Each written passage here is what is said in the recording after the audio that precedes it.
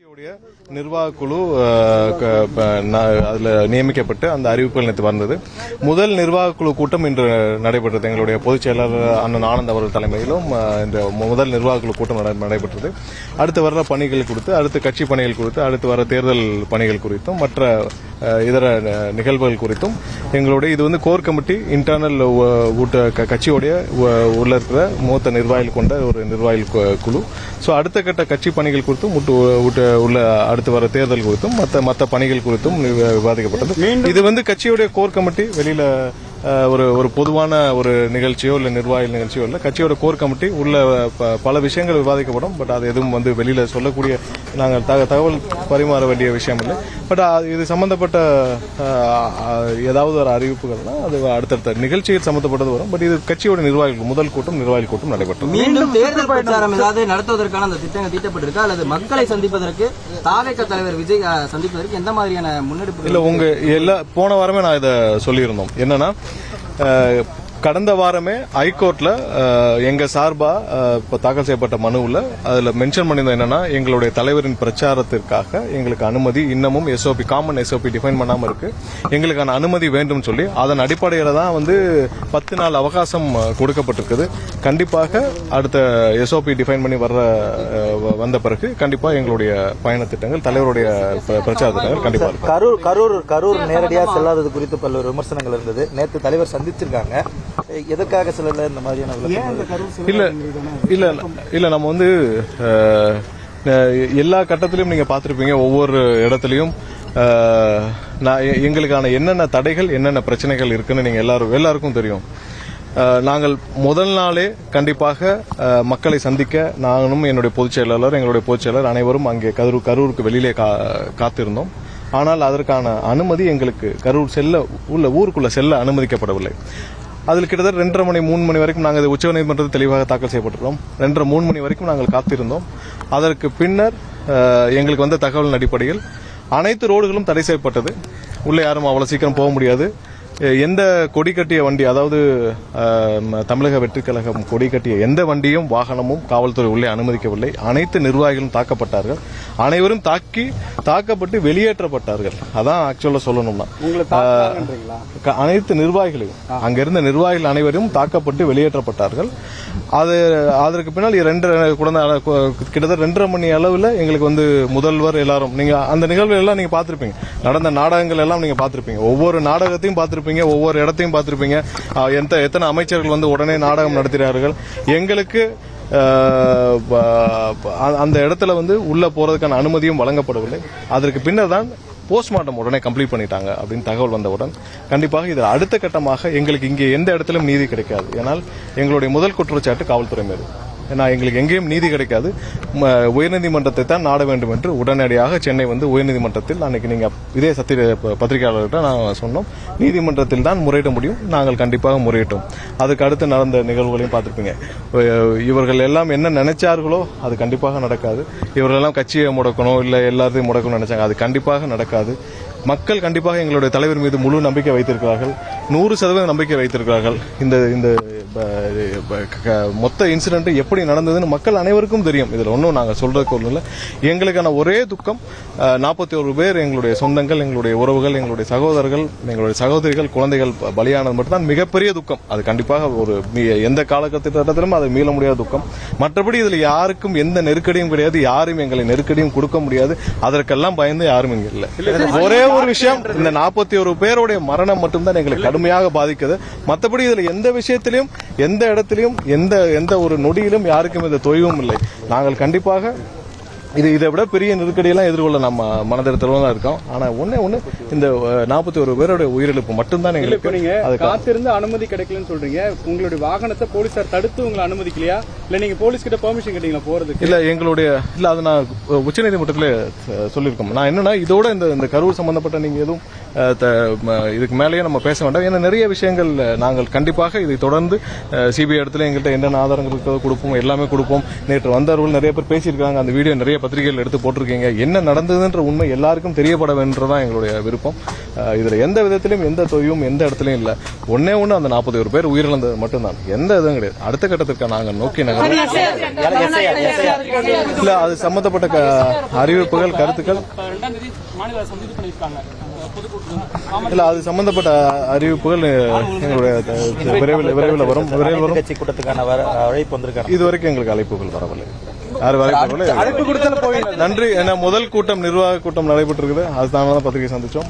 மற்றபடி அடுத்தடுத்த விஷயத்தை தேர்தல் சின்னம் இல்ல அதுக்கெல்லாம் டைம் இருக்கு. கண்டிப்பாக எங்களுடைய தலைமையிலிருந்து தலைவர் சார்பாக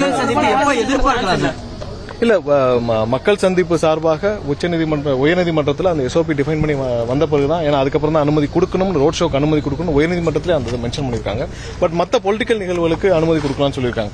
ஸோ அதுக்கு நாங்கள் கண்டிப்பாக காத்திருக்கோம். அது முடிந்தவுடன் உடனடியாக தொடங்கப்படும். ஏன்னா ஒரு வழிகாட்டுதல் இல்லாமல் தான் இவர்கள் இஷ்டம் போல எல்லாருக்கும் தெரியும். ஏன்னா திரும்ப சொல்றதுக்கு என்ன இருக்கு, கரூரில் 67 போலீஸ்க்கு மேல இருந்தாங்களான்னு எனக்கு சந்தேகம் தான். உங்க எல்லாருக்கும் சந்தேகம் தான். எவ்வளவு போலீஸ் இருந்தாங்கன்னு உங்களுக்கு எல்லாம் தெரியும். இன்னைக்கு அவங்களால எத்தனை பேர் எந்தெந்த இடத்துல டிப்ளாய் பண்ணாங்கன்ற லிஸ்ட் அவங்களால கொடுக்க முடியுமா? எதையுமே நீங்க எல்லாம் அவர்கள் ஒவ்வொருத்தரும், அதாவது முதல்வர் உட்பட என்னென்ன பிரஸ் மீட்ல என்னென்ன சொன்னாங்களோ எல்லாமே சாட்சியங்கள், பொதுமக்கள் முன்னாடி இருக்க சாட்சியங்கள், எல்லாத்துலயும் என்னென்ன சாட்சியங்கள் இருக்கோ அது எல்லாத்துக்கும் அவர்கள் தான் பதில் சொல்ல வேண்டியிருக்கும். ஏன் போஸ்ட்மார்ட்டம் நாங்க 1:45 ஸ்டார்ட் பண்ணோம்னு ஒரு அமைச்சர் சொல்றாரு. அப்ப 3:10 முதல்வர் வந்தப்ப போஸ்ட்மார்ட்டம் பண்ணப்பட்ட 1.5 மணி நேரம் தான் ஒரு போஸ்ட்மார்ட்டம் பண்ணிருக்காங்களா ஒருத்தருக்கு? அதுக்குள்ள அவங்க ரிப்போர்ட் முடிச்சிட்டாங்களா? இது மாதிரி பல கேள்விகள். 3:15 மணிக்கு முதல்வர் 3:10 வந்துட்டாருன்னு நினைக்கிறேன். அந்த டைம்ல முதல்வருக்கான மலர் வளையம் அங்க வைக்கிறாங்க. சோ அப்ப 1 மணி நேரம் கூட போஸ்ட்மார்ட்டம் பண்ணலையா? சோ இதற்கான பல கேள்விகளுக்கு விடை காலம் தான் பதில் சொல்லும். விசாரணை நடந்துட்டு இருக்கு. உச்சநீதிமன்றம் தலைமையில் ஒரு நீதிபதி நியமிக்கப்பட்டிருக்கிறார். அதனால இது சம்பந்தப்பட்ட பல விஷயங்கள் நம்ம வந்ததை பத்தி அதை பற்றி நீங்க யோசிக்கிறீங்களா? இது இல்ல வரக்கூடிய காலங்களை தவிர்ப்பீங்களா? பத்திரிகையாளர் அனைவருக்கும் தெரியும் இந்த கேள்வியை. நீங்க நிறைய டைம் நீங்களே 1 மாசம் விளையாடிச்சிட்டீங்க. உங்க எல்லாருக்கும் தெரியும். இதுல இருந்த பெரும்பாலானோர் அன்னைக்கு எங்களோட டிராவல் பண்ணீங்க. தாமதத்துக்கு என்ன நீங்க தெரியும். அதாவது கிட்டத்தட்ட 2500 டூ வீலர் தலைவருடைய வாகனத்தை சுற்றி இருந்தது. அதை தடுக்க உங்களுடைய வாகனங்களையும் சேர்த்து, ஏன்னா நீ எங்க காலதாமதம் ஆச்சுன்னு உங்களுக்கு தெரியும். 1 மணி நேரம் டிராவல் பண்ணக்கூடிய இடத்துக்கு 7 மணி நேரம் ஆகுது நாங்க எங்களுடைய வாகனங்கள் மூவ் ஆறதுக்கு. இதுல நான் தான் முன்னாடி போய் எல்லாரையும் தடுக்கிறதுக்கும் உங்க வாகனங்களை திருப்பி விடுறதுக்கும் அங்க இருந்த டூ வீலர்களும் திருப்பி விடுறதுக்கு. பொது வெளியில நாங்க கண்ட்ரோல் எடுத்து பண்ண முடியுமா? இப்ப இங்க இருக்கிற சாலை இருக்கு, இந்த சாலையில நாங்க போய் தடுப்புகள் அமைத்து நாங்க போய் இந்த வாகனத்தை இப்படி போன்னு சொல்லுமா? காவல்துறை தான் செய்ய முடியும். எதுக்கு நாங்க காவல்துறை போய் ஒரு விஷயத்துக்கு அனுமதி கேட்கிறோம், ரூட்லாம் சொல்றோம்? இது காவல்துறை தான் பண்ண முடியும். இப்ப ஒரு நிகழ்ச்சி இப்போ எங்களுடைய அரங்கிலையோ இல்ல வெளியே அரங்கிலையோ நடக்குது, அரங்கிலையோ மாநாட்டில், அது எங்களுடைய பிரமிசஸ். அந்த இடத்துல நாங்கள் எப்படி வேணாலும் நாங்க தடுத்துக்கலாம், மீடியா அங்க இருக்கணும்னு. பொது இடங்கள்ல அது பப்ளிக்கோட இடம். அதுல நாங்க எப்படி தடுப்புகள் அமைக்க முடியும், யார் எங்க போகணும்னு சொல்ல முடியும், என்ன பண்ண முடியும்? சோ அங்க எதுக்கான டிலேன்னு உங்களுக்கு எல்லாருக்கும் தெரியும். எந்த இடத்துலயும் காவல்துறையோ இல்ல அங்க இருக்கிற லோக்கல் அட்மினிஸ்ட்ரேஷனோ எதுவுமே அந்த அங்க இருக்க டிராபிக்கையும் சரி பண்ணல. அதனாலதான் டிலேன்றது எல்லாருக்கும் தெரியும். காவல்துறை அப்படிங்கிறப்ப அந்த இடத்துக்கு வந்த உடனே விஜய் அவர்கள் பாராட்டினதும் காவல்துறை தான் அப்படின்ற ஒரு இல்ல, நீங்க தலைவருடைய பாராட்டு எதற்குன்னா, எங்கேயும் இல்லாதபடி அந்த இடத்திற்கு வேகமாக எங்களை கொண்டு வந்து நிறுத்தியது காவல்துறை, தலைவருடைய வாகனத்தை. எங்களுக்கு அது ரொம்ப சர்ப்ரைசிங்கா இருந்துச்சு. இது எல்லாத்திற்கும் தானே. ஏன்னா அந்த இடத்துல வேகமா எங்களுடைய தலைவர் வாகனத்தை அனைத்தையும் ஒதுக்கிவிட்டு நிறைய இடத்துல ஏன் நீங்க முன்னாடி நிப்பாட்டல அப்படின்னு கேட்டாங்க. முன்னாடியே காவல்துறையே காவல்துறை தானே எங்களை கொண்டு வந்து எங்களுடைய தலைவருடைய வாகனத்தை அந்த இடத்துல நிப்பாட்டினாங்க. காவல்துறை தானே வேகமா கொண்டு வந்து அந்த இடத்துல நிப்பாட்டினது. சோ அந்த இடத்துல ஏன் நிப்பாட்டினாங்கன்னு அவங்க தான் விடை சொல்லணும். சோ அந்த நிப்பாட்டினதுக்காக எங்களுடைய தலைவர் ஏன்னா இவ்வளவு வேகமா எந்த மாவட்டத்தில் இல்லாத அளவுக்கு இந்த மாவட்டத்தில் இவ்வளவு வேகமாக காவல்துறை அனைவரும் சேர்ந்து நம்ம வாகனத்தை இங்க வந்து நிறுத்தி இருக்கிறார்களே அப்படின்னு சொல்லி தான் மேலே ஏறியவுடன் நன்றி சொன்னார். அதற்கு பின்னால் என்ன நடந்துச்சுன்னு நீங்க எல்லாம் பாத்தீங்க. கண்டிப்பா அது சம்பந்தப்பட்ட நிறைய விஷயங்கள் சம்பந்தப்பட்ட அறிவிப்புகள் அறிக்கைகள் கண்டிப்பாக வரும். இப்ப நிர்வாக கூட்டம் இப்பதான் முடிவடைந்திருக்கு. நிறைய முடிவுகள் எடுக்கப்பட்டிருக்கு. அது தலைவருடைய ஒப்புதலுக்கு பின்னர் கண்டிப்பாக புகைப்படங்கள் எதுவுமே வெளியாகல. இல்ல, அது தனிப்பட்ட சந்திப்பு. இதுல எதையும் அதான் நான் சொல்றேன். இது எங்களுக்கு கண்டிப்பாக மிகப்பெரிய ஒரு துக்கம். அதனால நாங்க இது எதையுமே பொலிட்டிசைஸ் பண்ண வரும்ல. எதற்காக பேசலன்னா நாங்க இதை வைத்து இவங்களுடைய மரணத்தை வைத்து நாங்க பேசி பொலிட்டிசைஸ் பண்ண வேண்டிய அவசியமே எங்களுக்கு கிடையாது.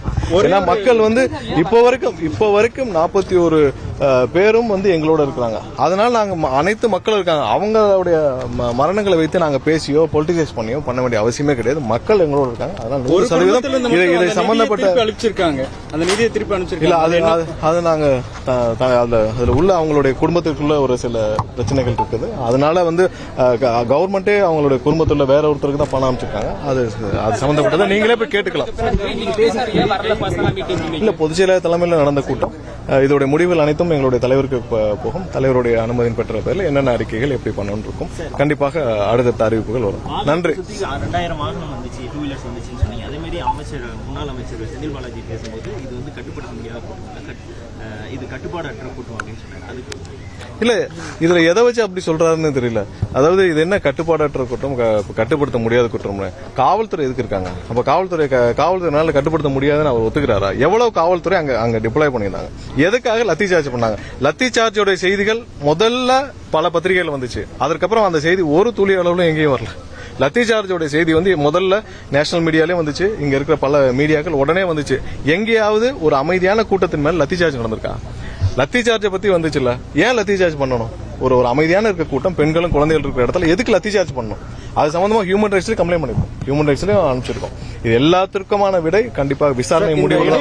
இந்த இடைப்பட்ட காலத்துல லத்தி சார்ஜ் நடந்துச்சுன்னு நீங்க தானே பத்திரிகையில போட்டீங்க, அதோட வீடியோவோட போட்டீங்க லத்தி சார்ஜ் நடந்தது. அப்புறம் இல்லன்னா என்ன? இந்த இடைப்பட்ட காலத்துல அதிமுகவுடைய பொதுக்கூட்டங்கள்ல தாவேகாவுடைய கொடிகள் பறந்ததா வந்து எடப்பாடி அவர்களே அதை நிறைய விஷயங்கள் இந்த ஒரு மாதத்துல பத்திரிகையாளர் நிறையவரும் எல்லாரும் இல்ல நிறைய விமர்சகர்களும் நாங்க அமைதியாக இருந்தோம். பட் நீங்க எல்லாம் எங்க சம்பந்தப்பட்ட பல விமர்சனங்கள், பல விவாதங்கள் நீங்கள் நடத்துறீங்க. அது எல்லாத்துக்கும் இப்ப கடைசியில ஏன்ட்ட கேள்வி கேட்டு நீங்க பதில் சொல்லுங்கன்னா கண்டிப்பாக எங்களுடைய நிலைப்பாட்டில் ஒரு மாதத்திற்கு முன்னால் என்ன நிலைப்பாடோ நான் அன்னைக்கே சொல்லிட்டோம். அந்த நிலைப்பாட்டில் எந்த மாற்றமும், ஒரு மாதத்துக்கு முன்னால் என்ன நிலைப்பாடோ அந்த நிலைப்பாட்டில் இப்போ வரைக்கும் எந்த மாற்றமும் இல்லை. நாங்க அமைதியா இருந்தோம், நீங்க எல்லாம் விவாதம் பண்ணிட்டு அப்புறம் அதுக்கு பதில் சொல்லுங்கன்னா நாங்க எங்க பேசுவோம்? எடப்பாடி அவர்கள் பல விஷயத்துல நான் ஒரே வரியில இதை பதில் சொல்லணும் முடிவு பண்றேன். ஏன்னா திரும்ப இந்த கொஸ்டின்ஸ் வருது.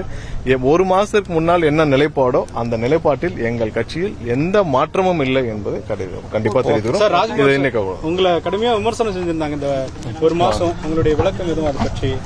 இல்ல அண்ணன் எல்லாத்தையுமே சொன்னாங்க. சம்பவ இடத்துல 2ஆம் கட்ட தலைவர்கள் போய் பார்க்க அனுமதி தரல. நான் வந்து பர்சனலா திருச்சி போற ஹைவேல தான் ரூம் போட்டு தங்கியிருந்தேன். இது லீகல் பேட்டில், பொலிட்டிக்கல் பேட்டில் வரும்பொழுது இது லீகல் பேட்டில் போய் நாம நகர்ந்துட்டோம். 2 விஷயம் தான். ஒன்னு justice, peace is the ultimate form of justice. அப்ப அமைதியா இருக்கும் பொழுது அவதூறுகள், அடிகள் எல்லாம் வரதான் செய்யும். அதெல்லாம் தாங்கி தான் அரசியல் நம்ம செய்யணும். இந்த மக்களுக்கு நீதி நிலைநாட்டப்படணும். தலைவர் நீதி வெல்லும் சொன்னது கூட அதுதான். பாதிக்கப்பட்ட மக்களுக்கு நீதி நிலைநாட்டப்படணும். அதற்கான ஒரு அமைதியான பாதையில நாம் இன்னும் இந்த பாதை தான், இந்த அமைதி ரூட்ல தான் நீதியை போய் தொடும். அதற்காக தான் நாங்க அமைதியான கட்சியினுடைய தலைவர் தவிர்த்து பொதுச் செயலாளர் உள்ளிட்ட அவர்கள் வந்து தலைமறைவா இருந்தாங்க அப்படிங்கிற ஒரு பெரிய திரும்ப சொல்றேன். இதுல பெரும்பாலான பத்திரிகைகள் என்கிட்ட பேசிட்டு இருந்தீங்க. யாரும் தலைவர் நிகழ்ச்சிகள்ல கலந்து கொள்ளவில்லை, எங்கேயும் இது எந்த நிர்வாகம் போகவில்லை. நீங்க அதனாலதான் எங்களுடைய ராஜ்மோகன் அவர்களையும் வந்து நீங்க எல்லாம் இது நிறைய பேர் கேட்டாங்க. இல்ல எங்கேயுமே யாரும் தலைமறைவாக இல்லை, நிகழ்ச்சிகள்ல கலந்து கொள்ளவில்லை. அது மட்டும்தான். என்னன்னா நாங்கள் அடுத்த கட்ட நகர்வுகளுக்கு ஒன்னே அந்த 41 பேரை பார்க்க வேண்டும் என்பது எங்களுடைய எல்லா நிர்வாகிகளுடைய ஒரு இதா இருந்துச்சு. அதை நோக்கி தான் நாங்களுடைய திட்டமிடல் இருந்துச்சு. மற்றபடி எதுவும் இல்லை. நீங்க அந்த ஒரு வாரத்தில் பார்த்திருப்பீங்க, இவங்க எல்லா முயற்சிகளையும் செய்து எங்களை முடக்க வேண்டும், கட்சியை முடக்க வேண்டும் எல்லாம் பண்ணாங்க. அது எல்லாமே வந்து 2 வாரத்தில் எல்லாமே உச்சநீதிமன்றம் மூலமாக தவிடுபடியா இருக்குது. எதையுமே நீங்க வந்து எந்த விஷயமும் எங்களை ஒரு நொடி கூட எங்களை எதுக்கும் நாங்கள் பயப்படவும் இல்லை, எதுவும் எங்களை தடுக்கவும் முடியாது. மீண்டும் பல கட்ட வீரியத்தோடு எங்களுடைய கட்சியும் எங்களுடைய தலைவரும் எல்லாமே செயல்பாடுகளும் இருக்கும். இதுல எந்தவித தயக்கமும் இல்லை. எல்லாமே இல்ல இது எல்லாமே வந்து இந்த ஒரு மாசத்துல நீங்க எல்லாம் விவாதித்த பல விஷயங்கள் இதுவும் ஒண்ணு. எல்லா எலெக்ஷனும் முடிஞ்சு, அதாவது கட்சியோடைய எலெக்ஷன் எல்லாம் முடிஞ்சு ஒவ்வொரு நிர்வாகிகளும் அனௌன்ஸ் தேர்ந்தெடுக்கப்பட்டு அதன் மூலமா தான் மாவட்ட செயலாளர்கள் தேர்ந்தெடுக்கப்பட்டாங்க. அப்புறம் என்ன நிர்வாகிகள் நியமிக்கப்படல? நகரம் அந்த பொறுப்புகள் எல்லாம் வந்து தேர்தல் மூலியமாக தேர்ந்தெடுக்கப்பட்ட வந்ததான். இது எங்க இருந்து இந்த விமர்சனம் வந்துச்சு எல்லாம் அந்த ஒரு மாசத்துல உங்களுக்கான ஒரு ரூமர்ல இதுவும் ஒண்ணு. இதையும் பல கட்டத்தில் விவாதிச்சுட்டீங்க. தயவு செஞ்சு அந்த மாதிரி எதுவும் இல்லை. எல்லாம் அந்த ஒரு மாசத்துல விவாதிச்சது எல்லாமே வந்து இதற்காக நாங்கள் பதில் சொல்ல முடியாது. இல்ல அது ஒரு சில மாவட்டங்கள் மட்டும் தான் மாவட்டம் பிரிக்கிற இது இருக்கு. 6 மாத காலங்கள் தான் இல்ல. அது இல்ல சமயத்தில் வந்து இதை நான் முன்னாடியே சொல்லியிருக்கோம். எல்லாமே பொறுப்பாளர்கள் வச்சு அதுக்கான நியமனங்கள், எல்லா வேலைகளும், தேர்தல் வேலைகளும் அந்தந்த மாவட்டங்களில் பொறுப்பு பொறுப்பாளர் மூலமா நடந்துட்டு தான் இருக்கு. எந்த மாவட்டத்தில் எந்த வேலையும் நடக்காமல் இல்லை, எல்லாமே பொறுப்பாளர் மூலம் நடந்துட்டு தான் இருக்கு.